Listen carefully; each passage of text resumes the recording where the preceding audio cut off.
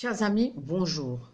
On s'est vu hier et je vous ai parlé de ce projet qui me tient tellement à cœur, celui sur cette commémoration de la mort de Toussaint Louverture, puisque ça fera 220 ans qu'il aura disparu au fort de Joux.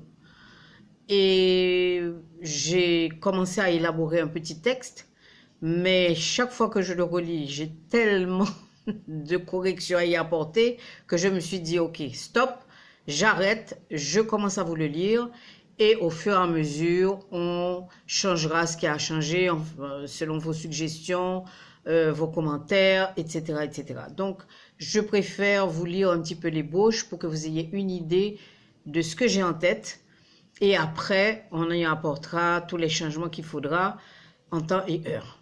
Pas de problème. Alors, je me jette à l'eau. Le 7 avril 2023 marque le 220e anniversaire de la mort de Toussaint Louverture, personnage emblématique, leader, stratège et génie de la révolution haïtienne, un héros de l'histoire de notre pays qui fut un pionnier de l'abolition de l'esclavage. Toussaint Louverture est donc un personnage qui a changé non seulement le cours de l'histoire d'Haïti, mais très certainement celle du monde où régnait, dans certains pays, un esclavage cruel et inhumain. Commémorer l'anniversaire de la mort d'un tel héros nous semble plus qu'un devoir de mémoire certes, mais aussi un devoir de transmission afin que nul n'oublie cette part importante de notre histoire. À l'initiative de la Fondation Culturalma et de la Fondation Haïti Futur, le projet Toussaint Louverture, ce héros qui changea l'ordre mondial, rassemblera différentes activités. Entre parenthèses, le titre peut être changé, je l'ai juste noté ainsi, mais il n'est pas définitif. Ok, donc là, on aura à travailler sur le titre, le thème de notre projet. Ok, je suis sûre que vous aurez d'excellentes idées. Alors, voilà les différentes activités auxquelles je pense et auxquelles pourront s'ajouter évidemment d'autres activités selon ce que vous aurez en tête. Et voilà, donc je commence déjà par celle que moi j'ai en tête. Une grandiose projection mapping sur la façade du fort de Joux, dans le Jura, réalisée par le vidéo-artiste Maxence Denis, qui sera accompagné de l'hymne à la paix composé par Raoul Denis Jr. À noter que ce mapping peut être réalisé également sur la façade d'un autre immeuble symbolique, comme par exemple les archives nationales qui détiennent les manuscrits de l'abolition de l'esclavage. Alors, ce mapping, j'aurais bien aimé vous montrer un peu un exemple de ce mapping qui serait fait. Alors, qu'est-ce que c'est le mapping? Il y en a qui ne le savent pas. C'est une grande projection qui serait faite soit sur la façade du fort, ok, avec relatant des scènes de la Révolution, etc., soit à l'intérieur du fort de Joux, parce que quand même, c'est un dispositif assez compliqué techniquement.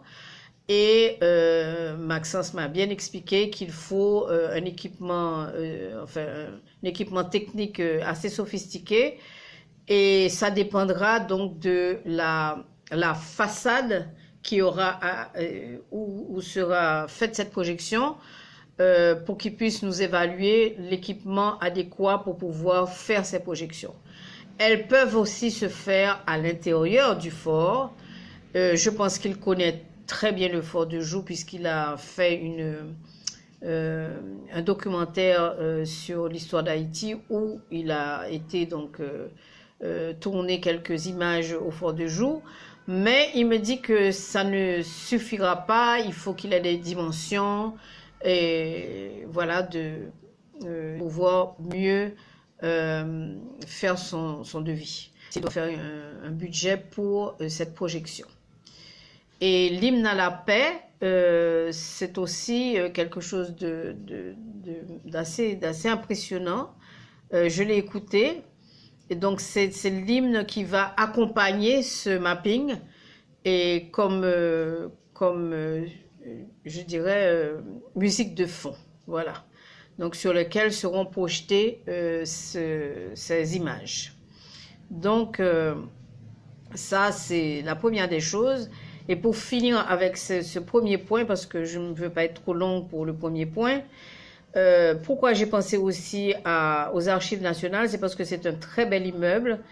J'y ai été il n'y a pas longtemps et j'ai pu voir l'exposition sur l'abolition de l'esclavage. Donc, il y a des manuscrits assez importants qui relatent donc ceux de l'abolition de l'esclavage, justement, qui sont assez importants. Donc, c'est aussi un immeuble, je dirais, qui est symbolique, parce que je ne pense pas qu'on puisse faire ce genre de mapping sur le Panthéon où, en principe, il y aurait les restes de Toussaint Louverture. Je n'en sais rien. Mais voilà, ça c'est le premier point. Je m'arrête pour pouvoir continuer sur une autre vidéo pour ne pas être trop longue.